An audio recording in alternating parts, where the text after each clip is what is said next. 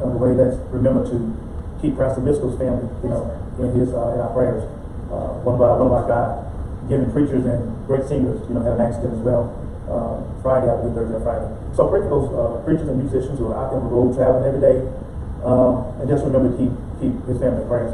Also, Maya, we want to remember to keep Maya in our prayers. Maya attends here, and we want to keep Maya in our prayers and our pregnancy. And so as we go forward throughout the day, make sure that we keep those people in our prayers and just ask God to continue to bless and move in these difficult times.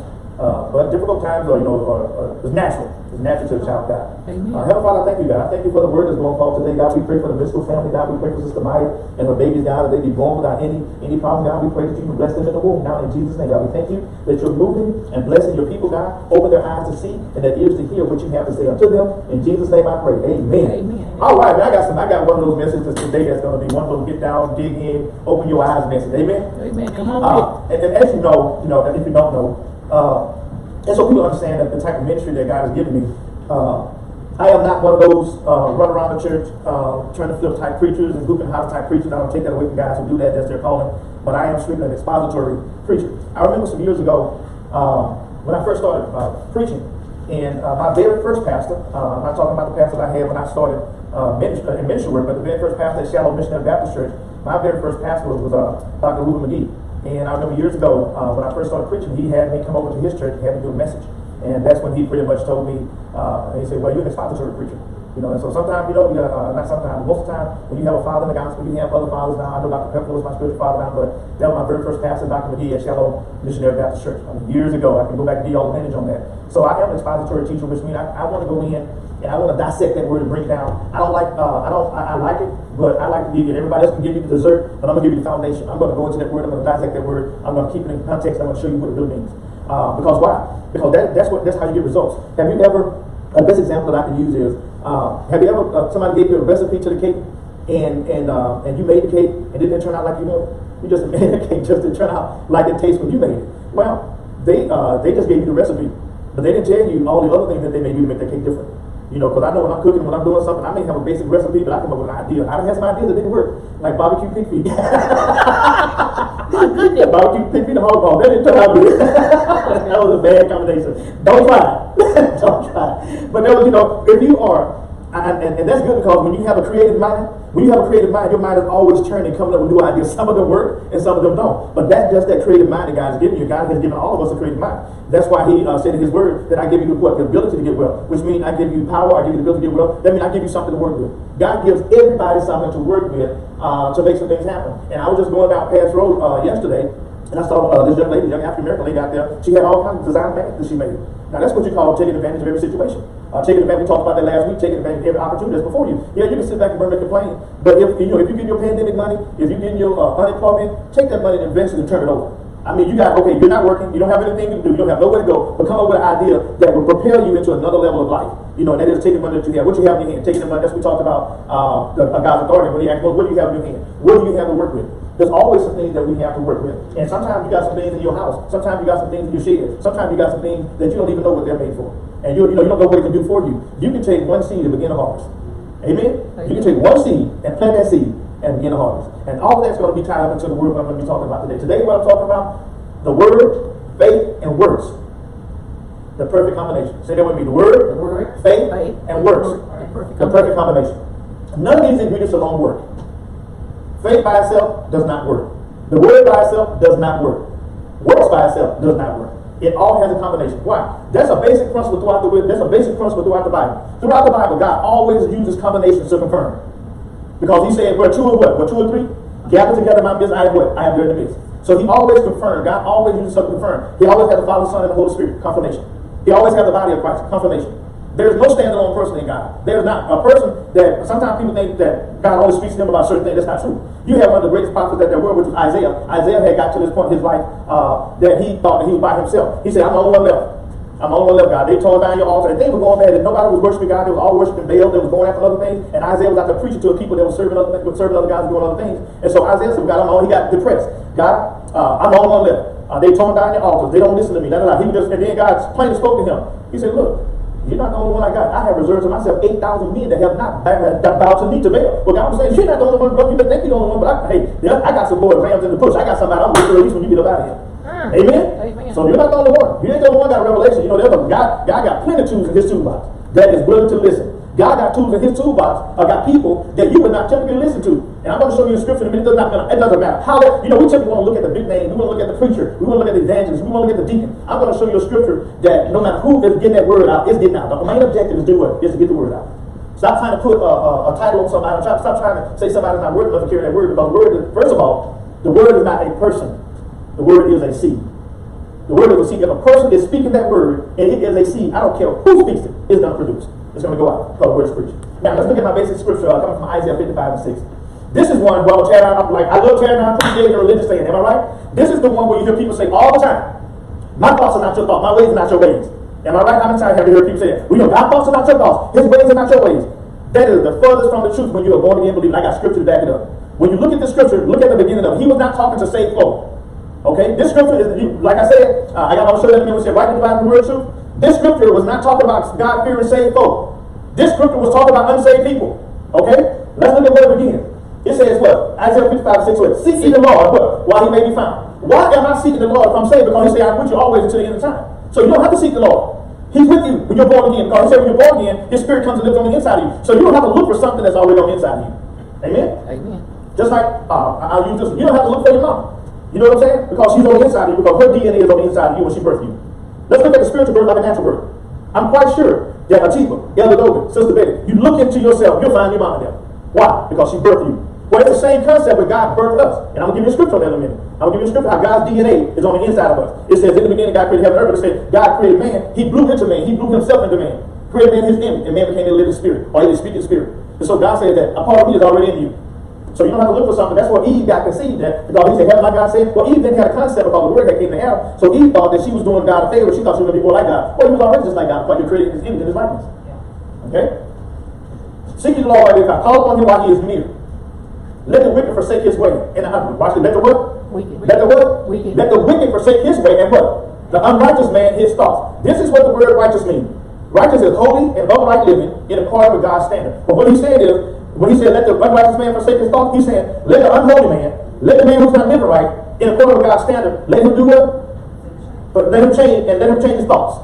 Because then this is what he said, what? And let him return unto the Lord. Let him do what? Return unto the Lord, and he will have mercy upon him and to our God, for he will abundantly pardon. He don't just pardon you, he abundantly pardons you. For watch it. For my thoughts are not your thoughts. Who is he talking to? The wicked man and the unrighteous man. Was he talking to a born again believer? No, he was not. You see how important it is to study the word? So you got to look at the basic concept of that scripture. Let the wicked man and the unrighteous man, let them forsake their thoughts. He said, because I don't think like the unrighteous man. I don't think like the wicked man. I don't have those kind of thoughts. That's what God is saying. Because I got some scripture to back up everything I'm saying. I'm going to lay out a roadmap for your success. Amen? Now, look what it says after that. For my thoughts are not your thoughts, and my ways, and your ways are not my ways. Say the Lord. For as the heaven are higher than the earth, so are my what? So are my ways higher than your ways, and my thoughts higher than your thoughts.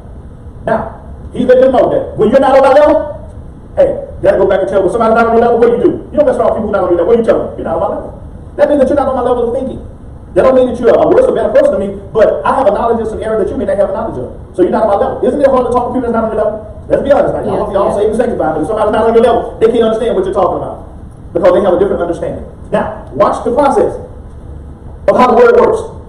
I always like to have a foundation of how the word works. Going into this next particular set of scriptures is going to show you how the word works.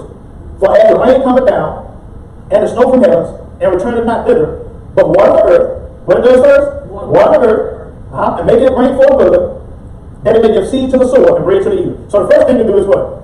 You got to remember is what? So as the rain comes down, the rain comes down. Remember. Yeah. The rain comes down to water the seed that's already sown. Okay. You understand that? Which means that the rain comes down, which is the water, or the anointing, if you want to use it, it comes and anoints or waters what is already sown. That's why the devil comes immediately to steal the word that's sown what? In your heart. I want to come get that seed out of your heart so you won't produce. That's why when I'm believing God for something, I get a word and it's sown in your heart and you receive that word. That's why the devil attack you with people and attack you. Why? I want to get that word that was sown in you so it will not produce. Because if I let it stay in that soil long enough, the rain is going to come down and water it. What's going to happen to that seed? It's going to grow. Okay, and then it says this. Bring forth the bud. Okay, bring forth the bud. And then also, watch this. Not only does it bring forth the bud, in the bud is the seed. What does that mean? That's a perpetual blessing. That means God will always give you something to take care of your need, but he'll also give you seed to plant again. Why? Because he wants you to keep that harvest going. The only way you're going to get a harvest is you got to keep planting. You got to keep planting. You can't just plant one time and don't go out there and get it. When you're planting, and if you're used to agricultural things, when you're planting, like take for instance, when I was getting Smith County watermelon, I love Smith County watermelon because they say Smith County watermelon is the best watermelon. So when I was getting the Smith County watermelon, I got some from a guy that come down from Smith County and the grocery store used to have them. What did I do when I buy that watermelon? When I bought that watermelon, I took the seed out. First thing I did before I ate, when I was eating, I took the seed out. So what did I do with that seed? That seed that I took out the watermelon, I planted it out there in Antioch, so I got seed that's producing a harvest. What am I going to do with those watermelons? I'm going to take the seed out first. And why? So I can plant for another harvest.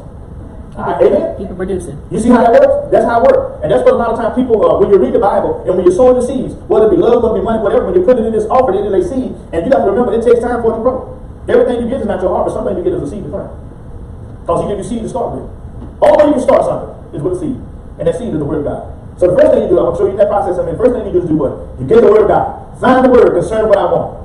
Find the word, plant that word, read it over, put it in my heart, and water it every day with prayer and praise. Say that with me, prayer and praise. Prayer and praise. Now, it says to bring forth the bud, that it may give seed to the sower and bread to the eater. So that means, like I said in 1 Corinthians chapter 9, he'll give seed to the sower. Not only will God multiply what you sow, he will give you seed to sow with. Okay? And then it says, and sower and bread to the eater. Watch it. So shall my word be. What he was saying, just like that process works, this is how my word works. So shall my word be that goeth forth out of my mouth. It shall not return unto me void. I want to stop right there. He said, so shall my word be that go out of what? My mouth. My spoken word. You have rhema and you have logos. Logos, yeah, you have this Bible, but that is the written word. You get the written word, which is a book or a bag of seed. You get familiar with that. You know that this is a book of seed that's in the Bible. But it will not prosper, and it will not pray. Remember, the Bible also says due season, right? Due season is when God speaks out of his mouth. God may give you an idea. He'll plant that seed of that idea in your heart and your mind. He'll give you something that can make you, he'll give you a seed to make you rich, or something that you can produce in your life. He'll give you that seed. He said, I want you aware of this. This is what I do when I get a word. The first thing I do when I get a word is I start to study that word. The first thing that I do when I get an idea, I start to study that idea. What would it take? And see, that's what happens a lot of times. People may come up and they think they can name and claim it. That's not how faith works. That's not how things work. What happens is when I get that word and I get that idea, I go research and find out what is the process that it takes. What do I have to, if I go, God said you're going to build a house. And like I'm going to let you build your own house. You think that I'm just got there and start building? No. I'm going to have to go and do research and find out what it takes to build a house. That's why you use things like building up on the rock, building up on sand, building up on the word. So you get that word, but you got to get some skills to learn how to do it. Amen? Amen. And that is what we're talking about today. You have the word, you have faith that it's going to happen, but works. Faith without corresponding action. So I got to have corresponding action to do what I'm having my faith in the word for. Amen? He says, so shall the word be that go forth out of my mouth. It shall not return to me void. That's why, if God sent you a word, he said it shall not what? It will not come back void. It will, watch what it says. Read what it says after that. It shall what? But it shall accomplish that which I please. And it shall what? Prosper in the thing. And you can take that thing out. Because that's an italicized word. That means it was put in the English Bible to make you understand it. It shall prosper whereto I sent it. You see how sometimes translation messes it up? It will prosper in the thing. It's not a thing. It's more than a thing. Because it'll prosper in you. If God said the word to you, it'll prosper in you. So you take that italicized word out because it's messing up the whole object of what God does on the inside of us. So let's look at that again. So shall my word be that go forth out of my mouth. It shall not return unto me void, but it shall accomplish that which I please. And what? It shall prosper in whereto I send it. Wherever I send my word, it's going to prosper. And then it says, for you shall go out with joy and be led how? With peace. Go out with joy. I want you to see this. This goes with two. Go out with joy and be led with peace. If it's not peaceful in that situation, don't go into it until it's peaceful. If it's not peaceful, allow trouble, don't go into it. That's why when I'm getting something started, and take for instance, I had to go out of town this week, and I had to deal with some, I got some buildings and everything I have in Mississippi, so I was meeting with a legislature, a mayor, and some other people, and some people from the state. Now, if I'm going to a meeting, if there's a lot of turmoil there, if there's no peace, I ain't dealing with it. You know what I'm saying? I can't work with you. Because number one, if I see that you're not going to have a peaceful mindset, and you come here with a combative mindset, I'm just going to sit there and talk to you. I'm going to sit there and play my game with you, but I'm not going to deal with you, because I know who I can deal with. A person that God gave you to deal with will come with peace. Sure, the adversary has a way. And you know what? Sometimes when the adversary or somebody come in, God a real purpose of that. That's why he say, over in Isaiah, he said, I made the way still, and I made the short. God said, I made all that. I produced it. There was nothing made that was not made by God. I made all of that, but it was made for a purpose. That means when adversity comes, that's when I find out what that person is really made of. That's when I find out what's in their mind. Because I sat there long enough and listened. Then this one guy, I'm not going to call his name, he was in the room, he was working with, he was a state government agent. He was sitting there, and when things came out and he said certain things, I read exactly where he was. Yeah, yeah. I read exactly what it was. And I had somebody who I was training in this area, and I told him that you pay attention to what was going on. He ain't going to give us nothing. He coming in with all kinds of excuses where he don't have. And I know they have a certain amount of funding that's designated for certain areas. So that's, I just use that for instance. But when you have the mind of God, God will have you sit there listening to people first. God said, I'm gonna let you do some things and then I'm gonna show you what they are. Woo, ain't God awesome? He's awesome. I'm gonna let some things happen, then I'm gonna show you what they really are. Because other than that, people gotta make good. I'm gonna have everybody church face. How you doing? Praise the Lord, everybody. You know, oh yeah, we want to help everybody. Our job is to help people. Our job is to do this. Let something happen to find out what they're doing now. That's just the stuff they do on the surface. So God is good. Amen? It's just like a mother or a father. You're not gonna let your child walk into a dangerous situation, are you? No. So what makes you think God is gonna lead you into a dangerous situation? That's true. What makes you think that He won't do it? Because He loves us too much. He loves us too much. Sometimes, just like your child can be hard-headed and not paying attention and get themselves in trouble. Was it your fault? No, because you gave them what it was to work with. It was their action, what they chose. Choices that we made. That's why the Bible said choose. Amen? Amen. Now, let's look at 1 Corinthians chapter 2, verse number 6. This is why I want to told you, I want to back up the scripture where I say it, God speaks to us. This is why I showed you He was not talking to us as believers. He was talking to what? The unrighteous and the wicked. Excuse me. 1 Corinthians 2 and 16. Let's read that together. What does it say? For who had known the mind of the Lord, that He may instruct him? But we have the mind of Christ. And then in Philippians 2 and 5, it said, let this mind be in you, which was also in Christ Jesus, who thought it not robbery to be equal with God. So that's not what He was talking to me in the previous chapter, a previous book. No, I did not. Look at what it said in the New Living Translation. And it's going to go a little higher in the New Living Translation. It says, when we tell you these things, we do not use words that come from human wisdom. That's the first thing. Instead, we speak words given to us by the Spirit, using the Spirit's words to explain spiritual truth.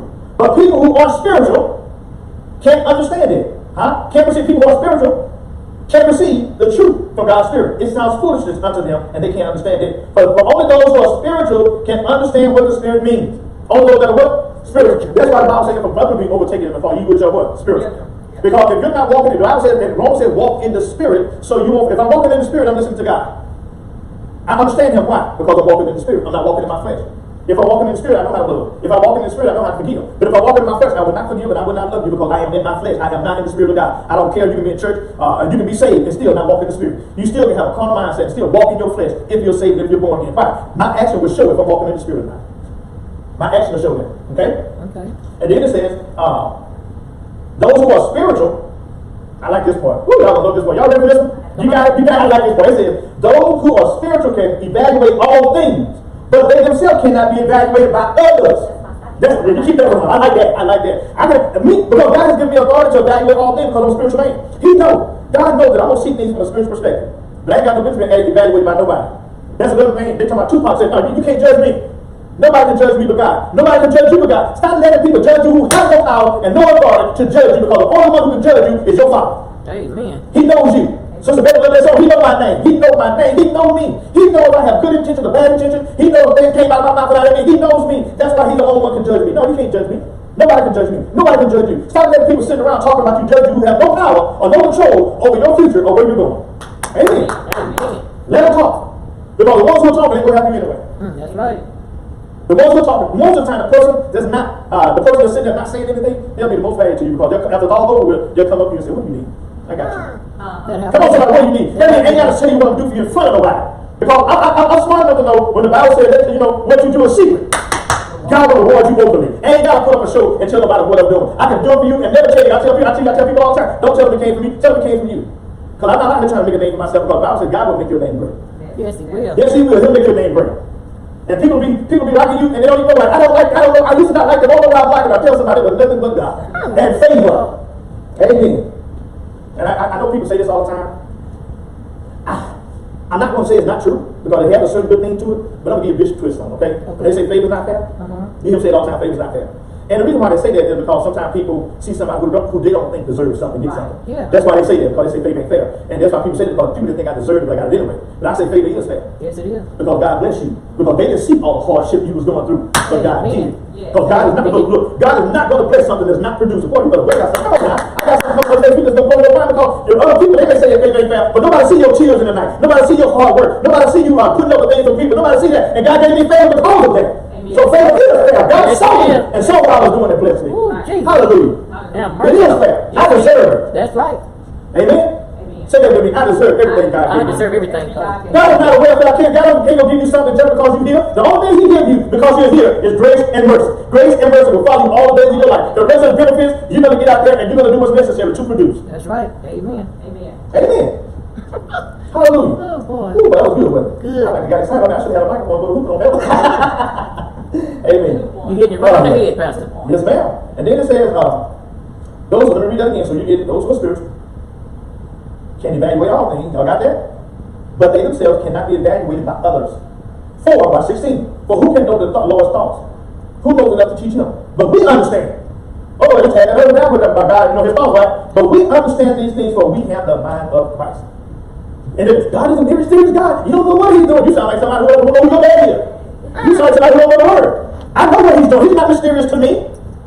Say that with me. He's not mysterious to me. I know it.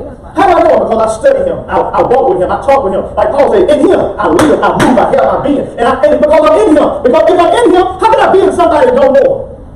Oh, Lord. That's it. Stop calling for all the cliche that got you backed up. Oh, that was good.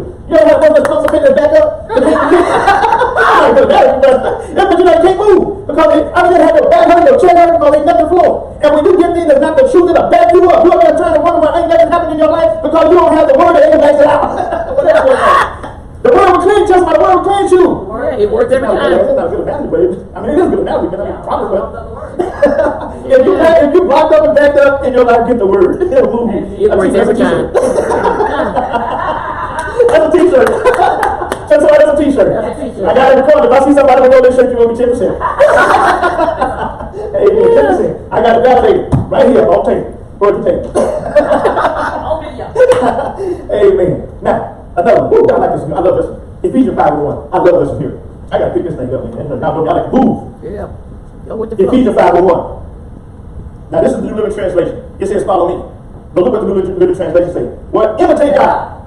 Therefore, in everything you do, because you are his dear children. Is that right, Mama? Yes. I'm supposed to act like my dad. There's nothing wrong with me imitating my dad. And I told you about a few months ago, when I watched my son live life, when I watched him cut on that skag, he sit on that skag and sit certain way, just like me. Why? I'm a dad. Amen? He used to watch you. Imitate your dad. Your father is God in heaven. Imitate him. If I want to imitate him, when I grow up, I can have the same authority that he has because he gave me the creative ability to change things in my life by words that I say. James 2:17.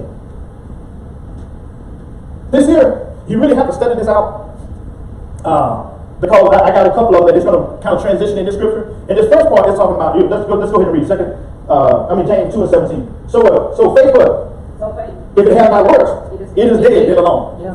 Now, when you read this, when you study this, you have to study this in its whole totality. When you study this, it uses an example. Like if somebody come in and they're hungry or they're destitute, and you have the thing that they need to make them whole again, and you just say blessed be gone, and don't take care of that need. Then God, he was saying, well, that's not faith. I mean, that's not works.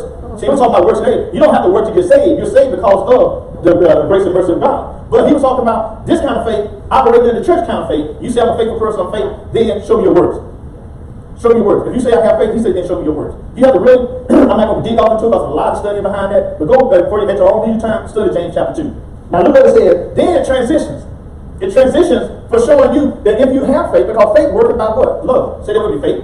Work it by love. So in order that, because the Bible says if you have not love, then you're cheating brass and it sounds simple, just make a lot of noise. You talking what's in the book, but you ain't acting what's in the book. That means if you don't talk what's in the book, you got to act what's in the book. That's what a hypocrite is. Plain and simple. A hypocrite is a play actor. What do you mean by play actor? A hypocrite is just like you look at TV and all it is a show. It's not real. It's just somebody wrote something down, they follow the script. That's what a hypocrite is. Somebody that's following the script. They're just doing what it takes to get the recognition of being saved. But somebody that's real, they're going to talk and they're going to walk what they talk. Okay? Now let's get down to verse number 21. Watch what he tells Abraham. This is when he's showing you faith without corresponding action. When it says faith without work, faith without corresponding action is dead. Watch here, verse number 21. Was not Abraham our father justified by his works? So, if you just read, if you stop right there, you're thinking about, well, the work that I do out there, God going to save me because I'm doing this and I'm doing that. That's not what he's talking about. Watch and see what he's talking about. When he offered Isaac up his son upon the altar, seest thou not how faith walked his works, and by works was faith made perfect? So what does it mean? That God told him to do something. His faith, okay? His faith went to the altar with his son because God told him to do it. And his faith was complete. When it said, we see his word perfect, it was complete because he carried out the task that God told him. He went to the point, he took his son, He put him on the altar, and he was ready to make that sacrifice. And then the angel of the Lord showed up and said, stay your hand. Now, watch this. Abraham, now you got to remember, he had been tested before with God's word. God told him he was going to have a son a certain way. Abraham did it his way. A lot of us, when God tells us something, we try to do it our way without waiting on God's way. What that means is things are not happening like I thought, so I get impatient. And then I started doing things. So that's what Abraham did. So now the second test came up. God said, that's not how I told you was going to have a son. Remember, God said you're going to have a son. Sarah was way up in age. And so Sarah last, she didn't believe in herself. So Abraham and Sarah went out and got Hagar. And she let Hagar have her husband to have a son by him. And so then they called his son. God said, that's not how I told you it's going to happen. I told you it's going to come from you. That's it. That's like that. And so God said, that's not what I told you. So Abraham, before he can go, before he can go to his next level, he had to prove himself. He had to pass that test and he flunk. So he got to that next level, God, and he told him this. You got to watch the story. He went up. And he parked the donkeys there. He said, me and the lad, which is the son, we're going to make a sacrifice, but we will return to you. We will return to you.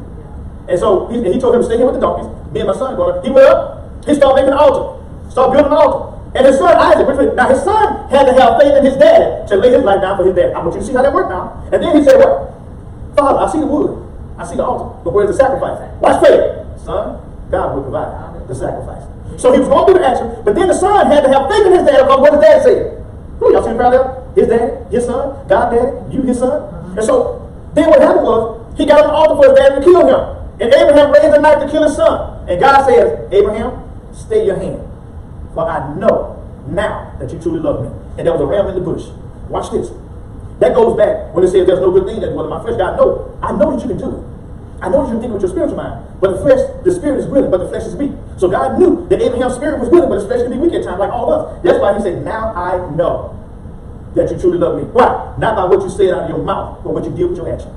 Amen. Amen. Not by what Abraham preached, not by what he sung, not by what he said, but what he did in his action. God said, now I know you love me. Amen. Tell somebody, amen. Amen. 2 Timothy 2:9. And so that was a proven fact that some of the preachers and some of the writers say God had proved through Abraham. He said, if Abraham, a man, can lay down his son for me, I can lay down my son for somebody else.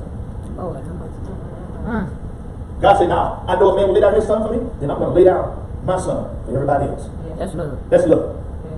Amen. Look here, 2 Timothy 2:9. Remember that Jesus Christ of the seed of David was raised from the dead according to my gospel. When I suffer trouble as an evildoer, because you don't always have to be an evildoer to have trouble. Things can just come against you. Watch it. Even until I'm born. I like this part. But the word of God is not bound. No matter what your situation is, no matter what you're going through, and no matter what things look like in your life, just because you may be in bondage, just because you may not be moving forward, the word in your life is not bound. Because it's the word in your life that's going to give you the keys to get out of whatever you're in. You may be bound, you may be depressed, you may be oppressed, but that word in you is not oppressed. That's why the enemy, when you're going through something, when you're facing trouble, when you're looking at things in front of you, when the lawyers, when the doctors, when the preachers, when everybody say this here, God's word is saying another thing. I'm going to stand on his word. Even to the point that, see, Paul was talking about this because Paul was locked up in prison. It didn't look like he was going to get out. And watch this now, Paul was locked up. It didn't look like he was going to get out. He was suffering as an evildoer when he did not. And so what happened was, somebody else was praying. And as they were praying, Paul knocked on the door because the word of God, Paul, they was praying the word, and the word released him and let him go. You see how that works? That's why I don't look at your situation. Stay in the word. That's why I stay in the word. Stay in the word. Amen. 2 Timothy 2:14. Of these things put them in remembrance, charging them before the Lord that they strive not about words to no profit. Don't be talking words that have no profit, but to the subversion of the hearer. Watch it. Do what? Study to show thyself approved unto God, a workman that needed not to be ashamed, rightly about the word of truth. But refrain vain babblings, for they will increase the more ungodliness. That means you just have to talk in noise. That's not even word what you're talking about. That's not even scripture. You saying the Bible said this, and it's not even in the Bible. That's vain repetition. That's just babbling. You're just talking. That's right. It's not doing anything. Speak words that will have profit, which is the word of God. Amen? Amen. Amen. Philippians 1:15. Woo. This is the one I want you to see. It does not matter why people preach. You talking about he don't really believe. Well, don't be concerned about that. That's why when I go somewhere, I'm not concerned about the preaching what they say about him. I'm listening to the word that's coming out of his mouth. Amen. I'm listening to the word that's going to be preached. Watch it. First, Philippians 5:1-15. Now, if he ain't preaching the word, I ain't listen to him. I don't care who he is. I'm going to cut you out. I'm going to tune you out. If you're not if you're there just talking this crazy stuff, I'm going to tune you out. Now, if you're preaching the word, I don't care about your mistakes. I don't care how you messed up. If you're preaching that word, then that's a word for me. Watch this. Amen. It says, Philippians 1:15. Some indeed preach the word, preach Christ, even of envy and strife, and some also of goodwill. The one preached Christ of contention, not sincerely, supposing to add afflictions to my bond. But the other, that means, you know what that means? Add afflictions to your bond? That means when Paul messed up, They would find scriptures in the Old Testament to judge him and keep him from being that way. He'd give this because the Bible said this, the Bible. See, they would add, Old Testament law sometimes would add bonus to what your affliction because of what's being preached. Watch this. And then he says, 17, but the other of love, knowing that I am sent for defense of the gospel. What then? Notwithstanding every way, whether in pretense or in truth, Christ is preached. What are you saying? No matter how they preach the word, no matter what, even if they're preaching just for show, if they're preaching the word, it's still getting out. Because it's not about the vessel. It's not about the church. It's about the word. God will get his word out. But what do you mean by that? If he can make a donkey talk to get his word out, he'll make anybody else speak his word. Yep. Amen? Amen. Now, let's look at Acts 6 and 7. What the first part does say? And the word of God what? Increased. And the word of God increased. And the number of his disciples multiplied in Jerusalem greatly. And a great company of priests were obedient to the faith. See, there's a different faith right there. You was obedient to the call. The faith is the church. So he was obedient to that. But as the word of God increased, as the word of God increases in your life, that's what I call spiritual growth. As the word of God increases in my life, that's spiritual growth. But I prove my growth by my actions. That means if I'm growing, I need to be showing it in my actions because I'm growing. Okay? Now, Romans 10. Romans 10, 9. The word is what? The word is Romans 10, 9 says the word is what? Nigh thee, even in thy mouth and in thy heart. So that goes back up again. Where's the word at? It's in my heart. It's in my mind. It's in my mouth. Huh? That is the word of faith which we preach. That's fine. Okay? Where's the word at? It's in your mouth. It's not you. The word is not you. And it's in your mouth. And it's in your heart. That is the word of faith that we preach. Romans 10 and 14. How then shall they call on whom they have not believed? And how shall they believe in whom they have not heard? And how shall they hear without a preacher? And how shall they preach except they be sent? So a lot of people, I'm not judging anybody, but a lot of people are not sent to preach. That's why you hear a bunch of mess. I'm sent to preach the word of God. I ain't got time to be judging nobody. I ain't got time to preach that nobody going to hell. I ain't got time to preach all that stuff. My job is to preach the gospel. Preach the good news. Amen? And then it says, except that it says, as it is written, how beautiful are the feet of them that preach the gospel of peace. Preach the gospel of what? Peace. Preach the gospel of peace. You're not supposed to be preaching judgment. You're not supposed to be preaching all that stuff. You preach the gospel of peace. Because I just read that peace will lead you. Watch this. Preach the gospel of peace and bring what? Glad tidings of good news. Your job is to preach peace and bring glad tidings. Glad tidings, if you tell somebody, you don't have to be in the condition that you're in. It does not matter who you are. It does not matter what you live like. You still can receive God's best from him if you get back in line. You going to hell. You're doing this. That's not your business. Your job is to preach peace and tell them God loves you. Amen. Amen? God loves you. Watch this. And then it says, but they have not all obeyed the gospel. Not everybody's going to obey it. Okay? For Isaiah said, Lord, who shall believe our report? So then faith cometh by what? Hearing. Take that coming down because it's a town side. So faith by hearing, and hearing by the word of God. So I hear the word of God. My faith is increased because I hear the word of God. And it comes from a preacher that's preaching faith with good tidings and peace. That's how faith. Faith does not. You think a person gonna have faith if you preach doom and gloom and they're going to hell? They're not gonna have any faith. They're gonna be discouraged, hurt, dejected, and thinking they'll never get it right. That's right. It's scared and everything. They're scared and everything. But if I preach the word and I preach good tidings, it would encourage them that it don't make no difference where I am now. I No, can but I clean still you want up. to be better. Yes. But I keep growing, keep trying. That's just why I keep trying. Keep trying. Keep trying to grow. We ourselves are not perfect. We all make mistakes. But what do? We keep coming out here every Sunday. We keep coming out here winning. When we keep preaching, we keep growing. That's the only way you're going to change is when you grow. Amen? Amen. That's why I keep growing.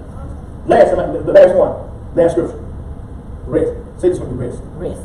When you have all of these ingredients, you can rest and know that God has you. Hebrews 4:1. Let us therefore fear. That word fear is reverence. Let us reverence God. A promise being left us of entering into his rest.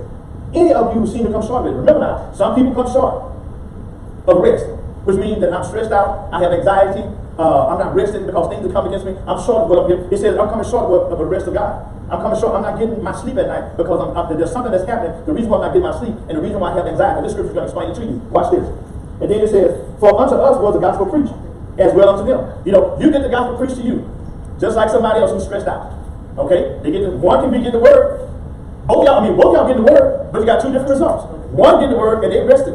One getting the word and they still not sleeping at night and still resting. This is what happened. Then it says, but the word preached them did not profit them, not being mixed with faith in him that heard it. So you got the word, it has to be mixed with what? Faith. So faith alone by itself don't work, the word alone don't work. Because if you get the word, faith without works. If you get the word, you got to have faith to bring about the change. Okay? You got to have that combination. That's right, you got to have a combination. And it says, for we which have believed, when you believe, do enter into his rest as he has said. I have sworn in my wrath, if they shall enter into my rest. Although the works were finished from the foundation of the world, what he's saying is his works is already finished. It's finished. Amen? Amen. His word. Come here. Okay. His word is already finished. Turn this up by the background. His words. When you have the word of God, you can do what? You can rest. But do you rest just by getting the word of God? No. The word of God and faith makes me rest because I trust Him. How many of y'all trust God today? I trust him. You gotta trust Him. Faith, no matter what condition I'm in, whether it be a condition of sickness, whether it be a condition of something that's troubling me, anxiety or anything, or whether it be me changing my lifestyle, I still gotta believe God's gonna do it. I still gotta believe that God's way, and he just like the father of our son with his father. No matter what condition his son was in, the father was still waiting on him. God would never turn his back on you. If David even said, if I make my bed in hell, thou art with me. Why? If you're living in a hell situation, and it seems like you're going through hell, it seems like things not going right, it seems like you're not doing right, God is still with you when you believe. Yes, Lord. Amen. Come on, get Lord, give God praise. Amen.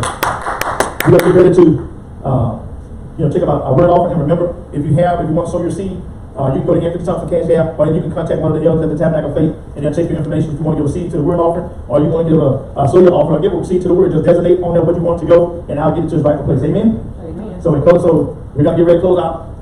Appreciate everybody coming out, but as you come and bring your offering, those who are here, you are dismissed. Amen.